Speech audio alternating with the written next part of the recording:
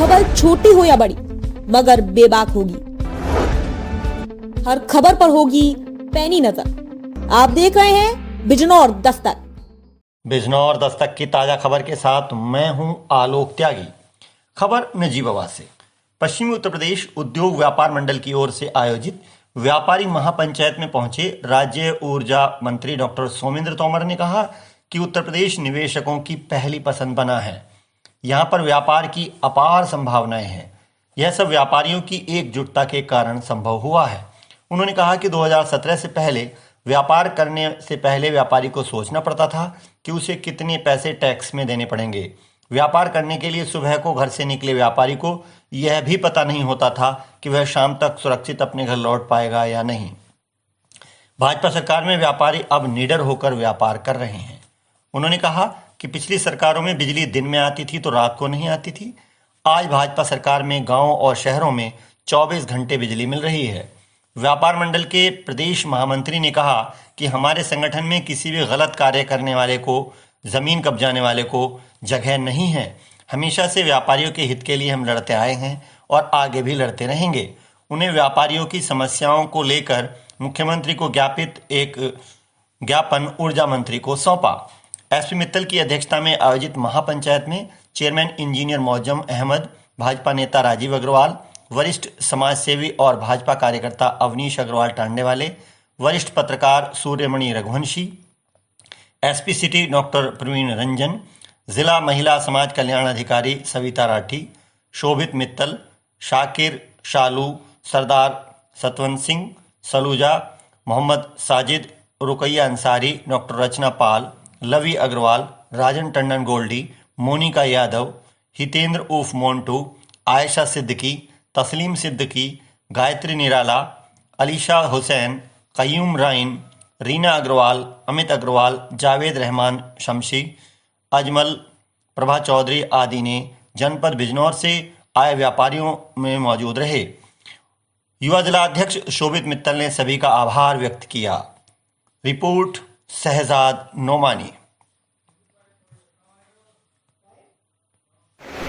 यदि हम उत्तर प्रदेश की बात करें तो उत्तर प्रदेश के यशस्वी मुख्यमंत्री पूज्य योगी आदित्यनाथ जी के नेतृत्व में आज उत्तर प्रदेश में चाहे व्यापारी हो, चाहे किसान हो, चाहे मजदूर हो, सभी लोगों का ध्यान रखते हुए उत्तर प्रदेश आज एक विकसित प्रदेश की तरह से उत्तर प्रदेश का विकास हो रहा है।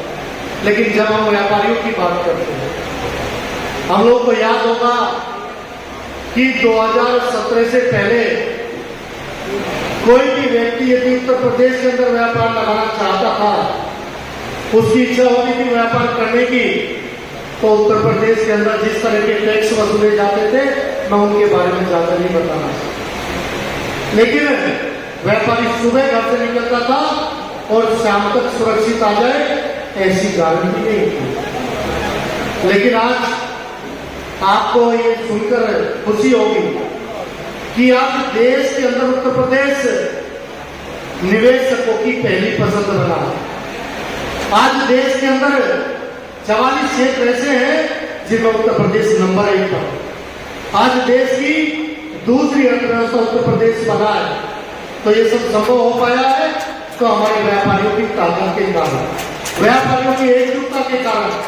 क्योंकि किसी भी क्षेत्र का विकास जब भी संभव है जब वहां के रहने वाले लोग, चाहे वो व्यापारी हो, चाहे मजदूर हो, चाहे किसान हो, वो अपना काम ठीक से कर सकते।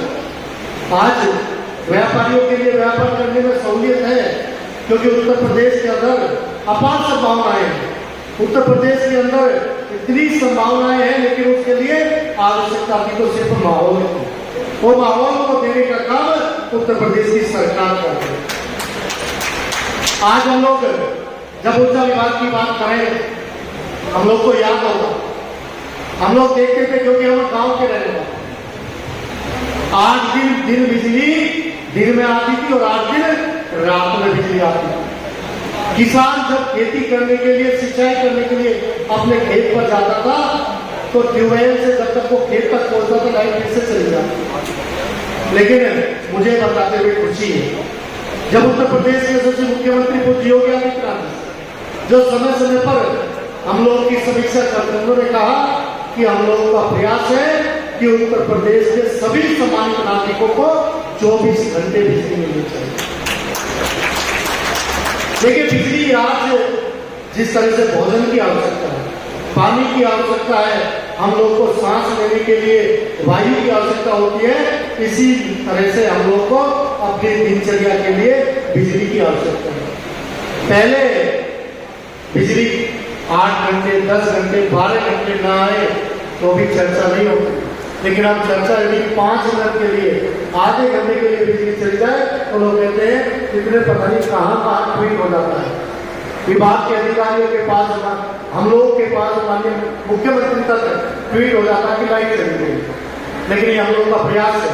देखिए, हम जानते हैं कि किसी क्षेत्र का विकास जब तक हम वहां संसाधन नहीं देंगे उस क्षेत्र का विकास नहीं हो सकता। आज आप देखते हैं कि जब मैं कनेक्टिविटी की बात करूं, यदि हम संसाधनों की बात करते हैं तो आप देखेंगे कि आज चारों तरफ जो राष्ट्रीय राजमार्ग बन रहे हैं, ये जो हाईवे बन रहे हैं, ये हमारे तरक्की के रास्ते खोल रहे हैं।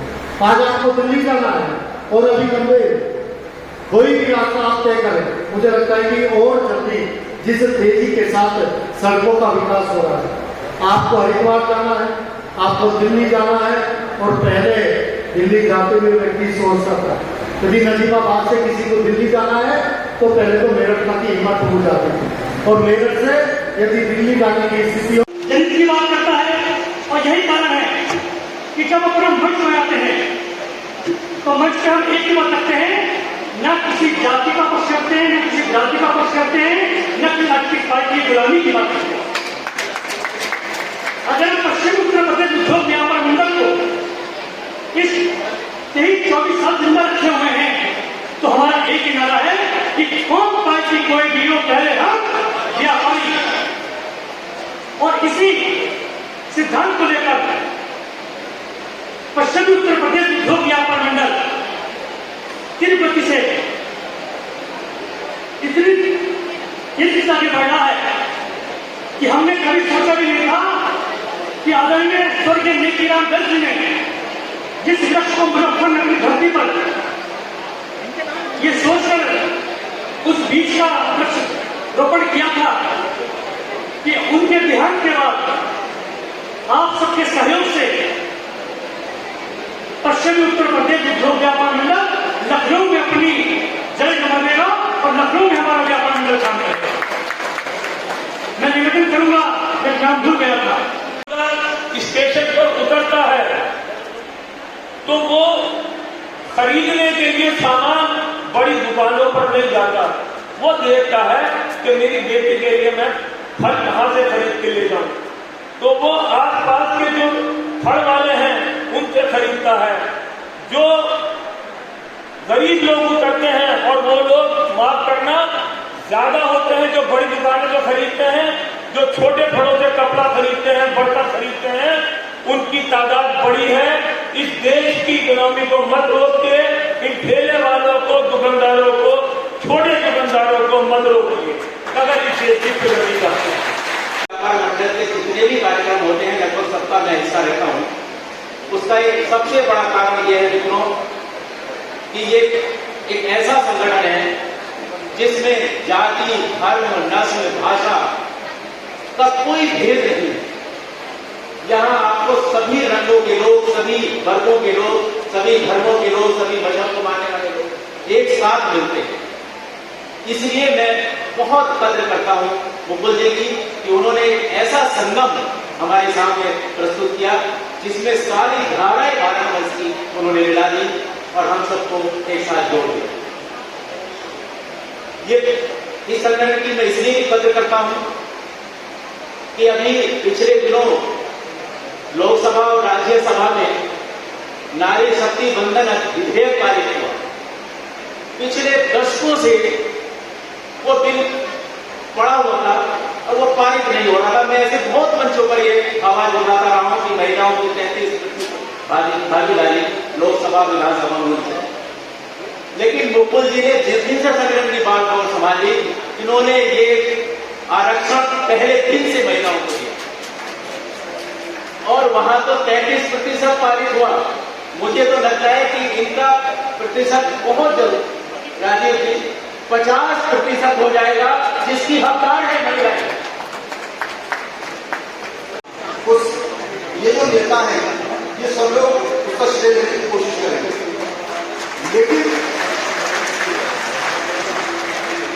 लेकिन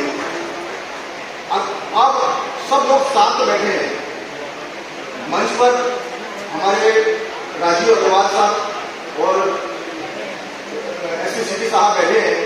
सरकार कभी भी किसी को ये नहीं कहती कि आप अगर कोई नंबर 1 का काम कर रहा हो तो मत करो। मेरा मानना यह है, मैं इस मंच के माध्यम से राजीव अग्रवाल जी को और श्री प्रवीण रंजन जी से ये निवेदन करना चाहूंगा कि अगर कोई भी व्यापारी, चाहे वो कबाड़ी मार्केट का हो या वो सही काम करना चाहता है तो उसको सही काम करने की इजाजत दी जाए। समाज में खुशहाली है और निरंतर व्यापार में प्रगति हो सकती है। कोई भी असुविधा किसी व्यापारी को ना हो, इसके लिए हम आप मिलकर ऐसा माहौल तैयार करें और उस पर आगे बढ़ें। आने वाले सभी त्योहारों की सबको बहुत बहुत बधाई, शुभकामनाएं। जय हिंद, जय भारत। हमारे बड़े भाई पत्रकार कम एक अच्छे इंसान साहब श्रीमान सूर्यमणि रघुवंशी जी, जो शायद दिल्ली में नहीं पश्चिम में इस पत्रकारिता में किसी तरीके के अपने मुकुल अग्रवाल जी हमेशा खड़े रहे हैं। दुख सुख में व्यापारी के उसका नतीजा है कि हम सब बड़ी भारी मात्रा में यहाँ पे मौजूद हैं। मुकुल अग्रवाल जी ने भागवाले की लड़ाई भी लड़ी, बड़ी ईमानदारी के साथ लड़ी। मैं मुकुल अग्रवाल जी का धन्यवाद करना चाहता हूँ। एसपी सिटी साहब ने हमारा बड़ा साथ दिया, उनका बड़ा कोटि कोटि नमन और उनका इस्तेमाल करना चाहता हूँ। इन शब्दों के साथ